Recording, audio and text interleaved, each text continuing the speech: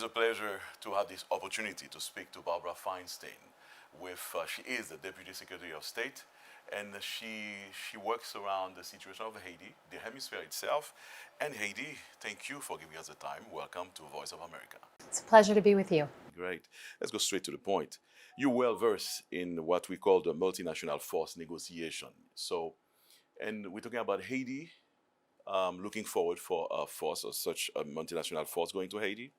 The Haitian officials, they did ask for an international intervention in Haiti to help them fight the gangs and eventually restore order in the Caribbean nation. Now, I noticed the U.S., everybody's noticing the U.S. is supporting and even promoting the idea. Yesterday, Secretary of State Antony Blinken met with the President of Kenya. What was said in that meeting? Can you tell us? So there's been quite a bit of progress this week at the UN General Assembly around the high-level week devoted to Haiti. As you may have seen, President Biden, in his own remarks, talking about all of the crises and challenges in the world, the first one that he highlighted was Haiti, which I think is representative of our desire to see this multinational security support mission deploy as quickly as possible to secure a United Nations Security Council resolution, which we hope will be adopted as quickly as possible. And so Secretary Blinken's commentary and engagement with Kenya has been primarily appreciation for the role that Kenya has taken now that they have announced that they will lead this multinational security support mission. And so much of our conversations in New York this week have been devoted to speaking with other partners and seeing what they can provide in terms of training, equipment, personnel, and really speaking to, as Secretary Blinken referred to it today, the fierce urgency of now, that the situation on the ground is so dire, is so in need of international support, that we are committed to doing all we can to make that happen as quickly as possible. Very well. Of course, he met with the President of Kenya. And this morning, it seems that he met with the Prime Minister, Ariel Henry, from Haiti. And you were at that meeting, and what can you tell us what transpired from that meeting? So Secretary Blinken met with Prime Minister Henry, and then immediately after that, he met with a coalition of foreign ministers, ambassadors, permanent representatives, and others from more than 35 countries and institutions, again, to talk about the multinational security support mission. Kenya was part of that discussion. They laid out their vision for what they think is needed based on the assessment that they have done now on the ground. They talked a bit about next steps. And what was deeply encouraging was to hear from around the table, so that represented basically every region of the world, from Europe to Asia to South America, the Caribbean, of course, and Haiti, what the challenges are. And a real desire to make progress. Deputy Assistant Secretary of State, Barbara, don't you think that it all starts with the vote from the Security Council in the United Nations? The Security Council should give you the okay. How about that? Don't you think so? So we fully agree, and we are pushing to have the UN Security Council resolution, which would provide what's called a Chapter 7 authorization to this support mission. We hope that that vote will take place as soon as next week. And we are calling on partners in the Security Council, many of whom were in the room at today's discussion, to move forward with that. Now, I think a few important things to state with regard to that resolution. We think it's important that it not only include the broad mandate, which Kenya has been clear about, but it also include lessons learned from prior missions, prior interventions in Haiti, so that it have language relating to accountability, have language relating to, for example, the need for basic sanitation and other practices given the cholera epidemic, a reference to human rights. So those are the kinds of things that we and other partners are also pushing for as those negotiations are underway. And I should also note, so our, what's called in the UN terminology, co-pen holder, or in other words, the other country that we're working on this, Ecuador, also gave some very powerful remarks during today's discussion, and they are doing what they can also to push for this resolution to be adopted as quickly as possible. Okay. Talking about next week, so you feel optimistic about the resolution? We do. It will be a yes, a go? We are certainly doing everything that we can to push it in that direction. And I think the kind of support that we saw in New York this week was very positive in terms of the momentum. And ultimately, the situation on the ground is what ought to drive action more than anything. These diplomatic engagements are important, but one need only turn on the news, listen to what's going on in Haiti to recognize, as I said, as Secretary Blinken put it, the fierce urgency of now. We need to act. Definitely, yes, we realize that he said that. Now you need to act now. Let's suppose that you get the okay from the Security Council, the United Nations. Now tell us, what will be the specific mission of the multinational force that you're talking about, headed by Kenya?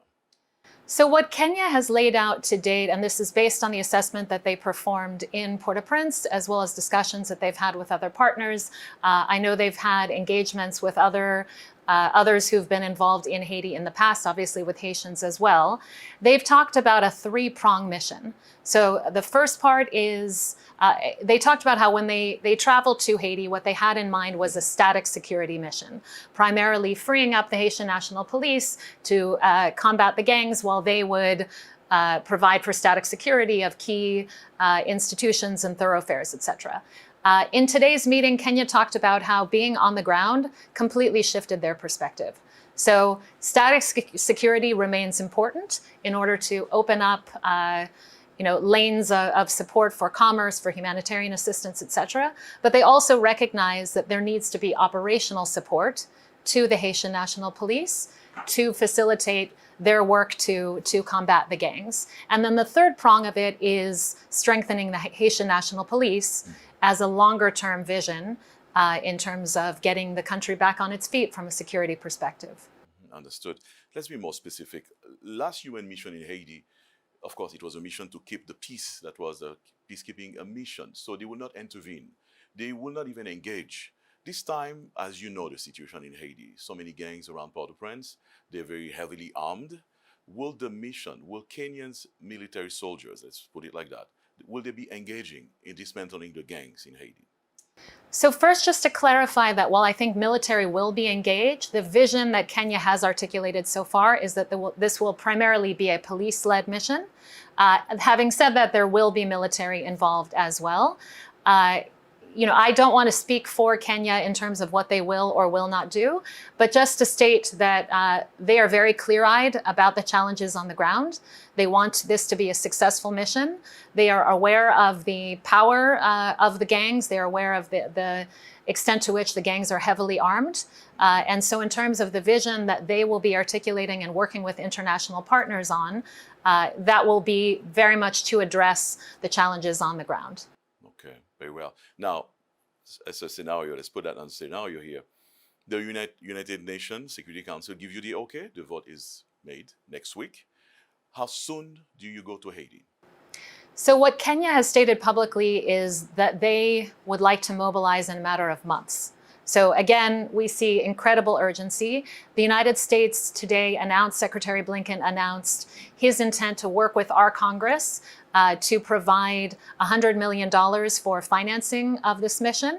And in addition, commensurate amounts from our Department of Defense to work on logistics, intelligence support, other necessary aspects. In addition, around the table today, we heard from probably about 10 to 12, and I'm not at liberty to speak for them, but countries who said that they would volunteer in terms of personnel, equipment, training, financing. So we are quite optimistic that countries will come together as soon as there is a UN Security Council resolution and provide what's necessary to deploy as quickly as possible. Okay. And of course, Kenya has offered to lead the multinational force. Are you confident that Kenya can do the job? We are confident in that. We think that Kenya has deep experience in peacekeeping. Again, they are going in eyes wide open. They're asking all the right questions. In addition, they have key personnel that have deep experience in peacekeeping itself.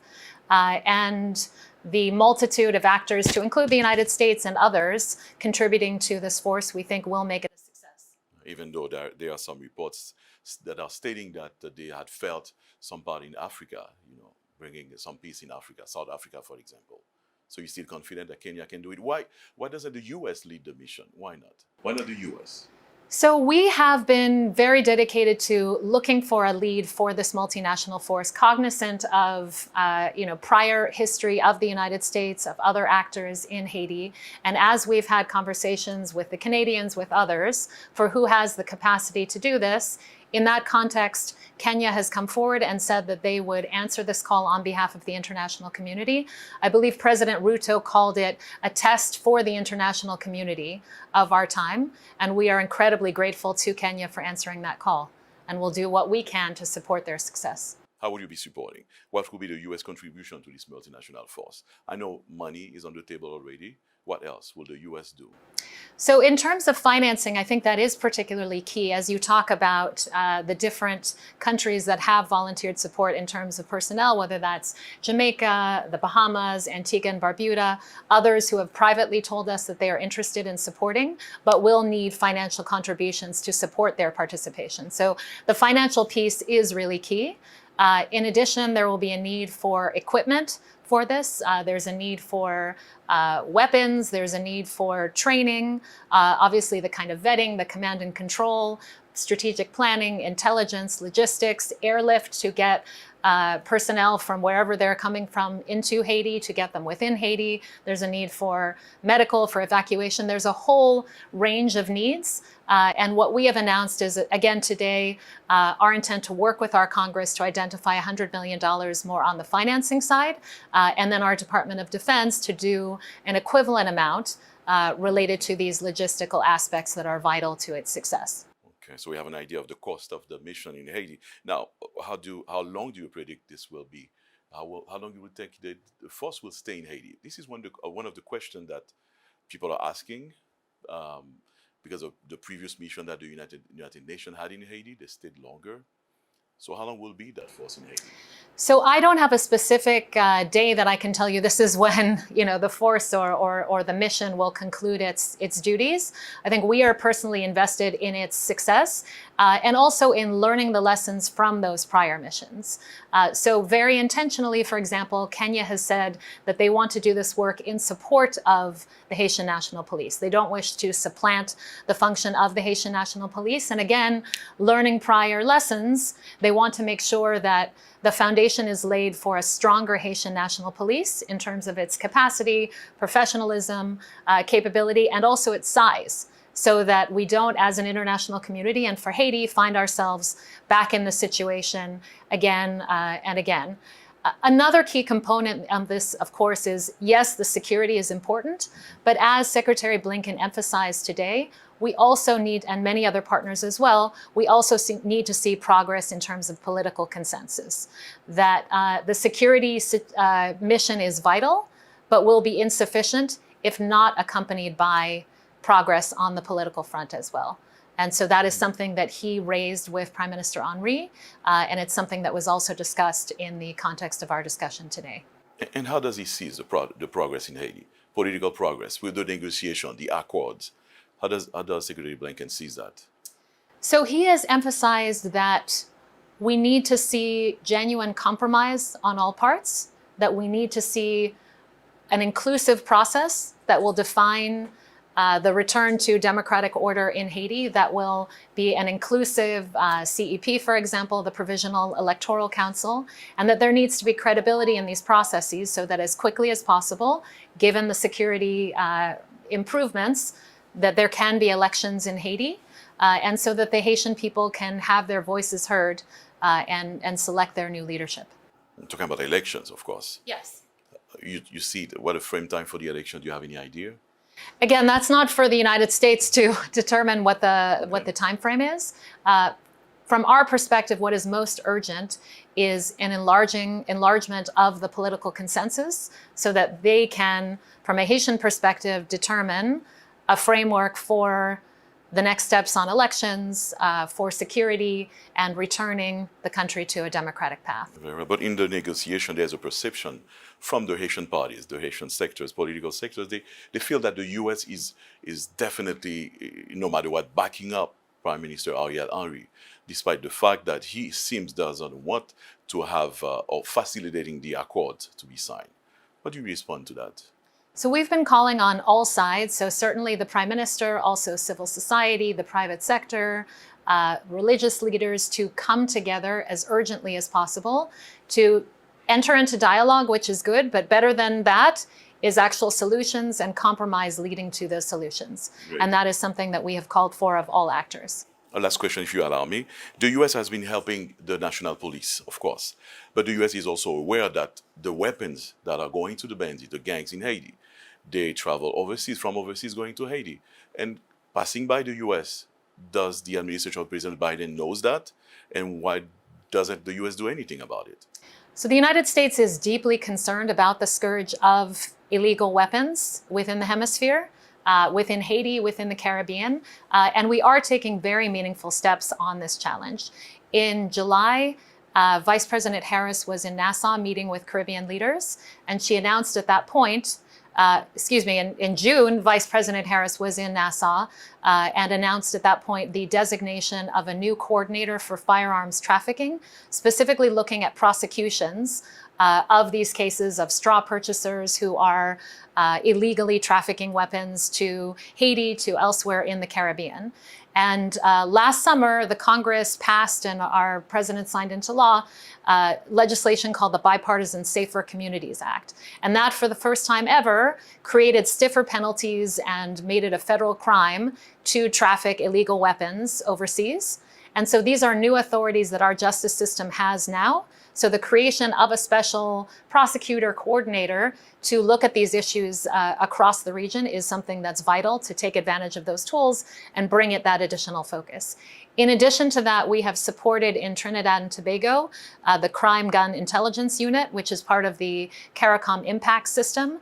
And that is looking across the region because, as you know, very often these are not individuals that are doing a one-off operation. These are networks who are operating not just in Haiti, but in other parts of the region as well. So to the extent that we have that cooperation across countries, that they are taking advantage of serial numbers from the guns that they seize, tracing those back to databases, including in the United States, that we are making available, we think we will be able to strengthen those prosecutions, hold people accountable, and then deter future cases of arms trafficking. And then the last thing I would mention is, with regard to the Haitian National Police, we also are establishing a transnational criminal investigative unit within the Haitian National Police, again, to work with law enforcement in the United States to better track the flow of these kinds of weapons and do what we can on prosecutions. Also wanted to mention, Secretary Blinken today announced the designation of 5 more individuals